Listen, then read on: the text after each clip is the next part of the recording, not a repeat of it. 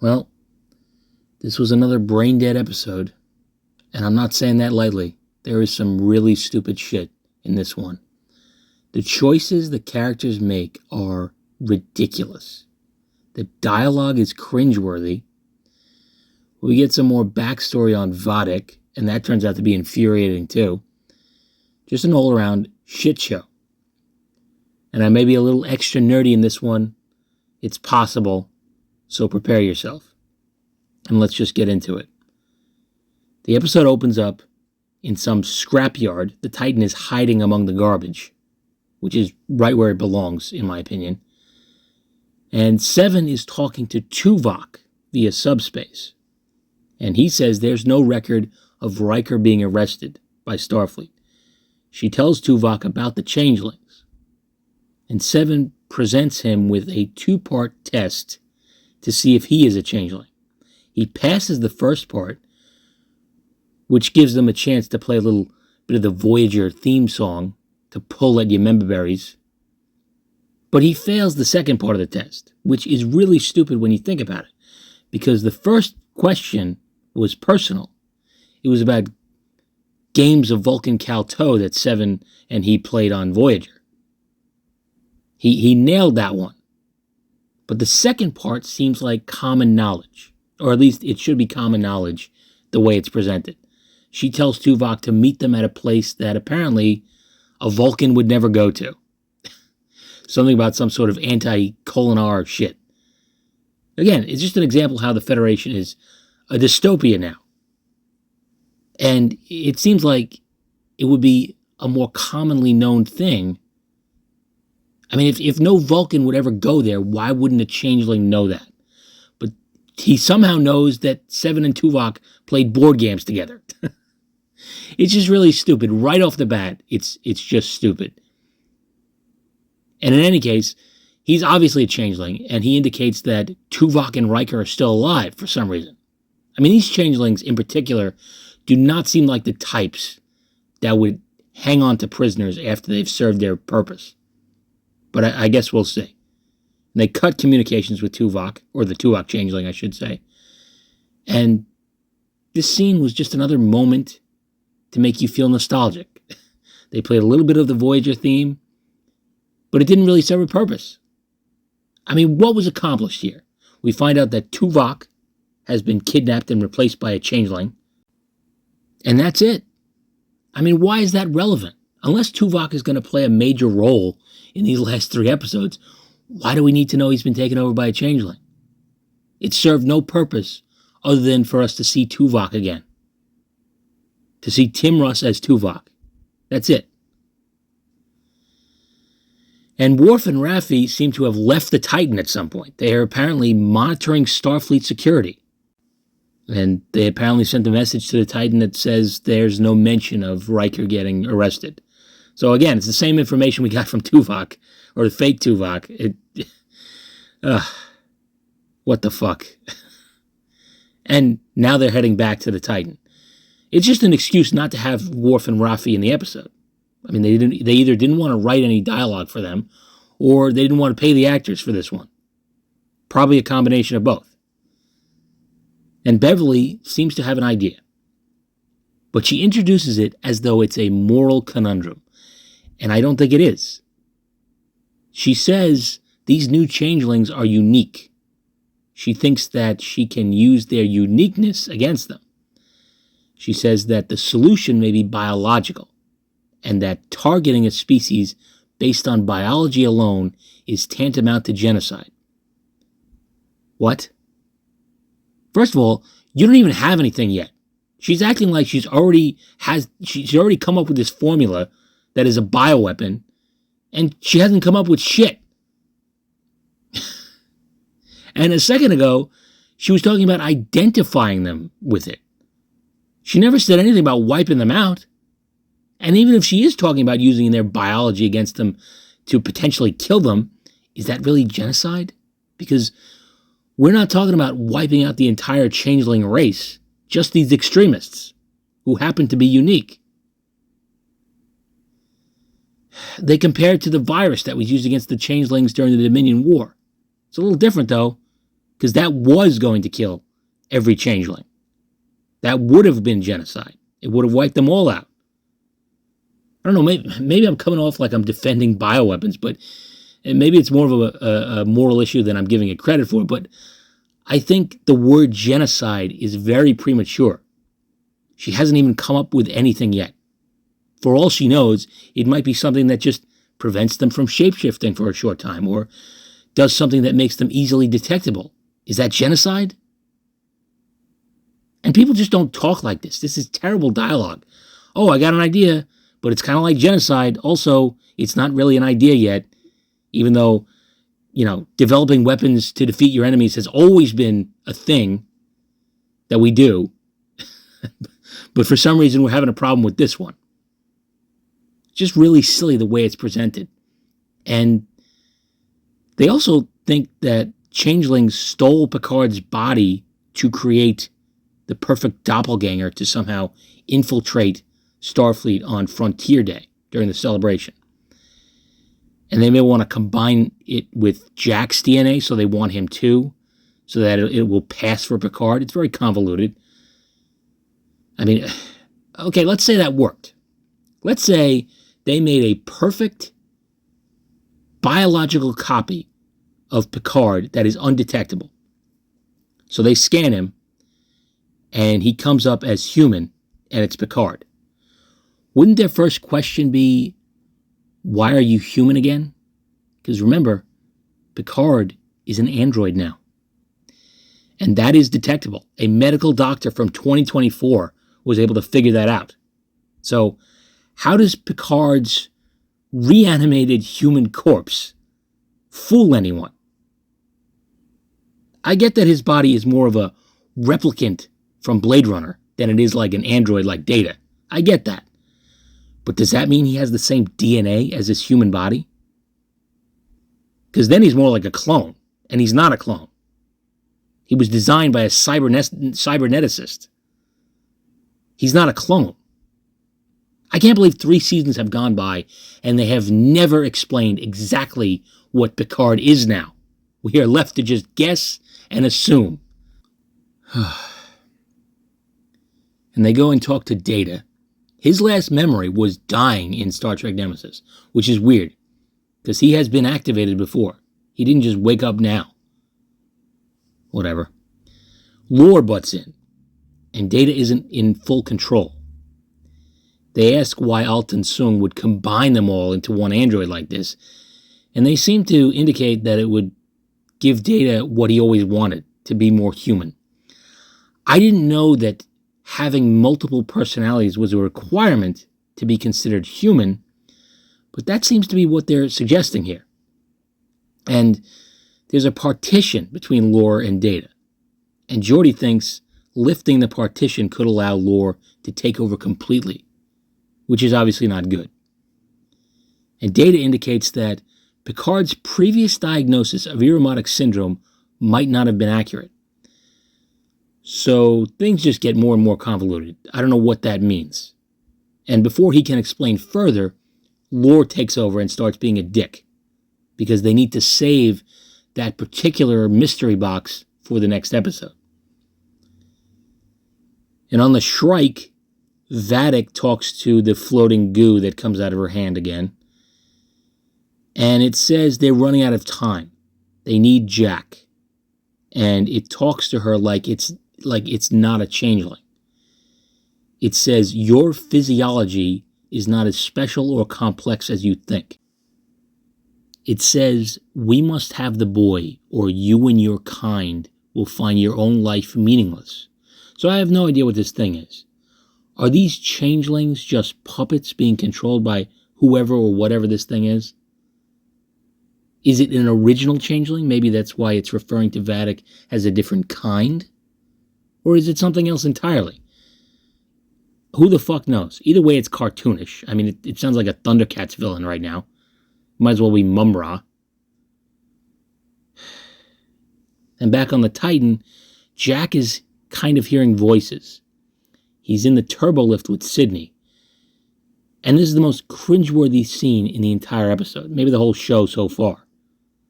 I have no idea why this scene is like this. It's painfully awkward. These two characters gave me douche chills. He asks her to hang out in his cracking little suite. His words, not mine. And he starts reading her mind. So a new power is unlocked. And we hear Sydney's thoughts. And she thinks he should at least be subtle and touch my hand. What? Who wrote this dialogue? First of all, how is touching of any kind subtle? How's that subtle? That's a move. That takes flirting to the next level when you touch somebody. I'm starting to wonder if the person who wrote this episode has ever had any interaction with another human being in their life. Because this was alien. And even if the dialogue made sense, it would still be corny as fuck because it's like a goofy rom-com. It's like the movie with Mel Gibson where he can hear what women are thinking. It's mental. It seems so out of place. It's almost like this whole scene was written by someone else entirely. Because it feels like it's not a part of this episode.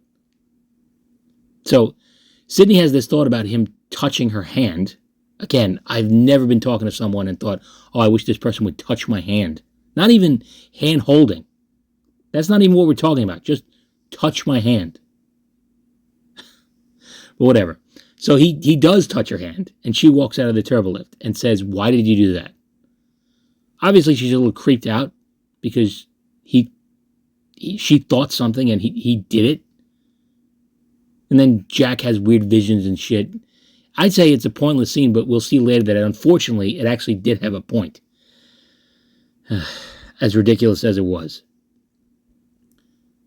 And on the bridge, the Titan receives a compromised prefix code from Captain Riker, which gives the enemy the Titan's location, but also lets the Titan know that the captain's been caught.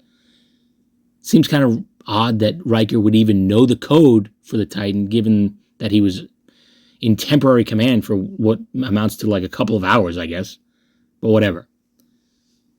Basically, this lets the Titan know that the enemy knows, is essentially what just happened. And Jack talks to Picard and says he's not worth it. He suggests trading himself for Riker. He also says he feels different, like there's something wrong with him. Well, that's an understatement. You know, if my mom was one of the most accomplished medical doctors in Starfleet history, I'd probably tell her that I'm hearing voices, reading people's minds, and having strange, goofy visions, and that my eyes glow red like Renegade Shepard from Mass Effect. I don't know why the fuck he's keeping all this a secret, is what I'm trying to say. But he's at least having a conversation with Picard about some of it. You know, he's giving him hints. And Picard suddenly thinks he has a plan. And it's a fucking stupid plan. He says he thinks he knows how they can get Vadic. Basically, they just play dead. When the Shrike shows up, the Titan appears to have been disabled in battle. And they somehow fake a recorded message from a Vulcan ship that claims they engaged the Titan and crippled them, but was also destroyed in the battle. And scanning is limited because of the radiation. And it's well established that the Shrike can throw starships with its powerful tractor beam.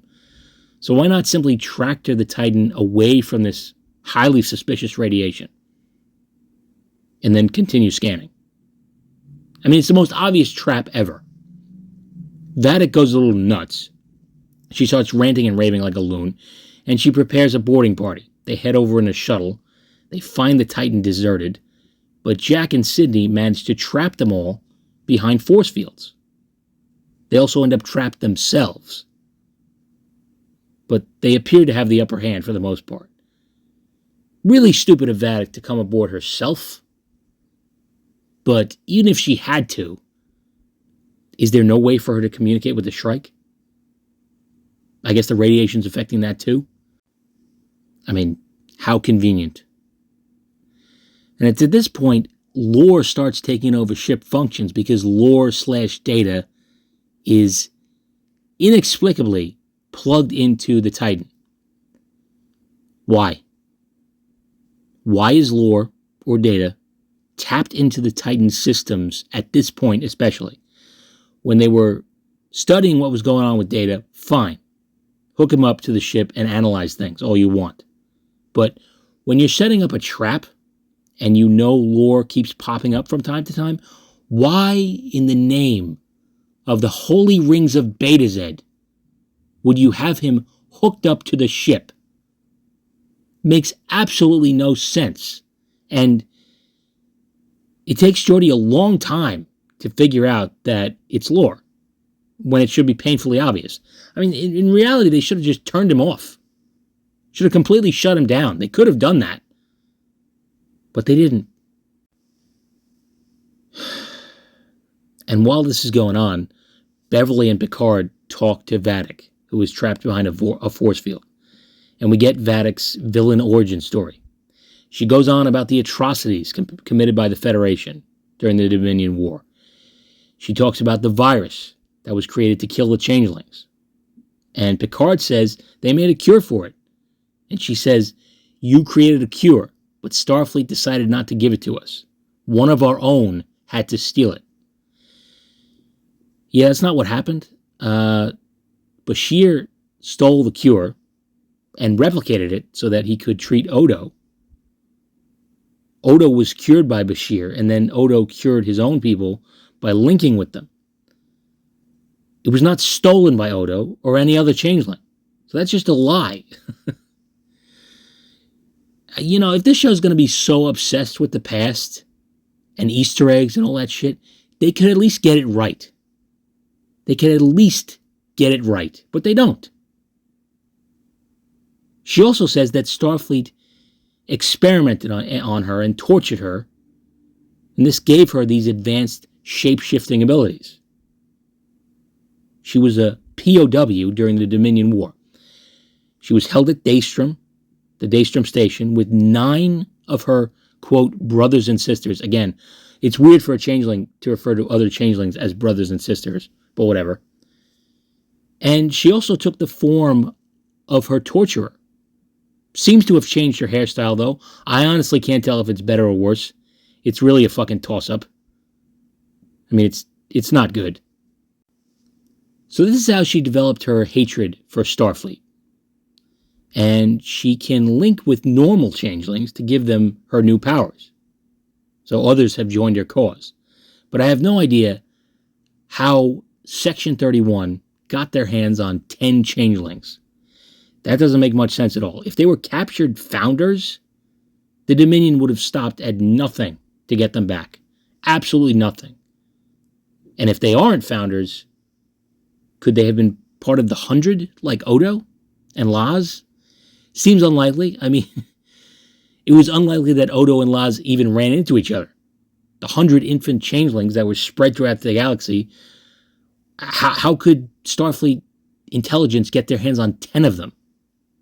Unless they were actually just founders, and the Dominion just never tried to get them back, even when they had changeling operatives in Starfleet intelligence. Like I said, we're getting extra nerdy here, but I think it's a decent point. It doesn't make sense. And why did the Federation think they could weaponize changelings to use against their own people? It's just asinine. Why did they need to make more perfect changelings to use against changelings?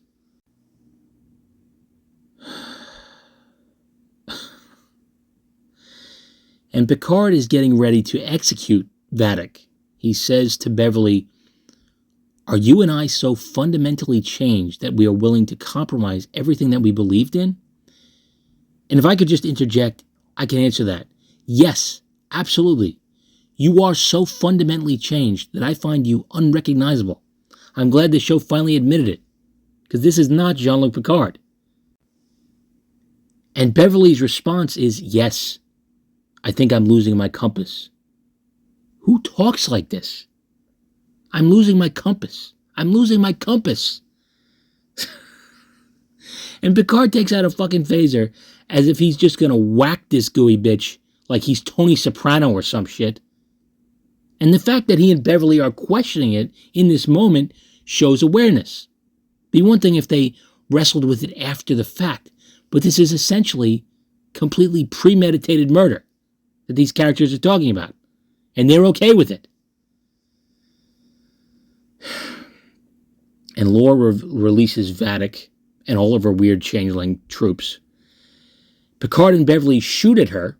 They hit her, but it does nothing. Sometimes phasers take out changelings in one shot. Sometimes they do nothing. It's nonsense. And Geordi tries to get through to Data while Lore is in control. And it's pretty brilliant acting on the part of LeVar Burton. I can't deny that. He does a great job. But it's all for naught. And why is Lore doing this? Oh, it's chaos. He loves chaos. That's what they say. He's like the Joker, essentially. That's the only justification we get. And the changelings are out. Jack somehow has the ability to take control of Sydney's thoughts and movements and help her fight off one of them. I mean, I swear, this dude is like a fucking Pokemon. Every episode, he evolves and unlocks a new fucking power. It's hilarious. And then Beverly discovers very quickly, within seconds, that Vadic and the changelings who were experimented on at Daystrom were exposed to a formula that has a 100-year half-life, and they can use it to track them. So let me get this straight. Starfleet, Section 31, wanted to create an undetectable changeling. They did this by exposing them to something that makes them easily detectable and easily traceable. Think about that. Please think about it. I know it hurts, but we need to do this together. The fastest way out is through. There is only one conclusion. This show is brain dead. And the episode ends with Vadic proclaiming herself the captain of the USS Titan, and she tells Jack Crusher that it's time he learned who he really is. It's just bad, man. It's just so bad. Everyone looks so stupid in this episode. Picard's plan to lure changelings onto the Titan is insane. They're all here because of him. He wanted changelings on board the Titan. And it might have actually worked if only they had just shut down Data Lore for a few minutes, or at the very least, disconnected him from the ship. It's just beyond stupid. I don't know how you defend this one. And maybe I'm nitpicking some things, but not all. Some of this is very glaring. And obviously I didn't like it, in case you can't tell. I think it's the worst one so far, and I thought the last one was the worst one so far, but this one tops it. Just my opinion, of course. Let me know what you thought of it. And sorry again for going on another rant. This show just brings it out of me. I don't know what to tell you. And I guess we'll see what happens next week. 3 episodes left. Let's just get through it. And I'm hoping to have a much more fun video coming out soon, so keep an eye out for that. I need a palate cleanser. I don't know about you. So I'm hoping that can be it. And until next time, take it easy.